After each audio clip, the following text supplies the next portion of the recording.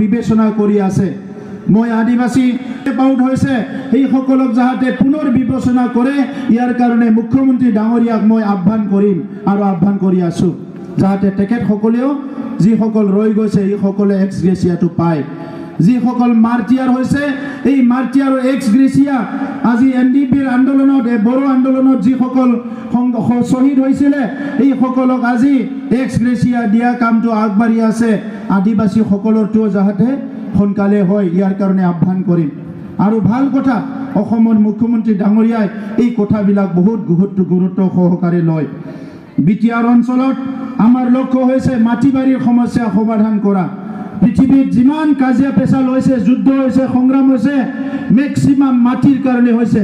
গতিকে আজি মাটি যিখিনি মাটি আমাৰ আছে, ভূমি আছে, এই মাটি ভূমিখিনি ৰক্ষণাবেক্ষণা দিয়াৰটো বড়োসকলৰ দায়িত্ব, আদিবাসীসকলৰ দায়িত্ব। ইয়াৰ জংগল, ইয়াৰ ফৰেষ্ট, ইয়াৰ ৱাইল্ড লাইফ এইবিলাক ৰক্ষণাবেক্ষণা দিব লাগিব।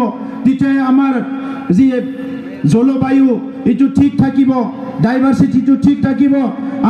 শ বছৰত আমাৰ অঞ্চলত যি বতৰটো বেলেঞ্চ হৈ থাকিব আৰু ইয়াৰ লগে লগে আমাৰ মানুহবিলাক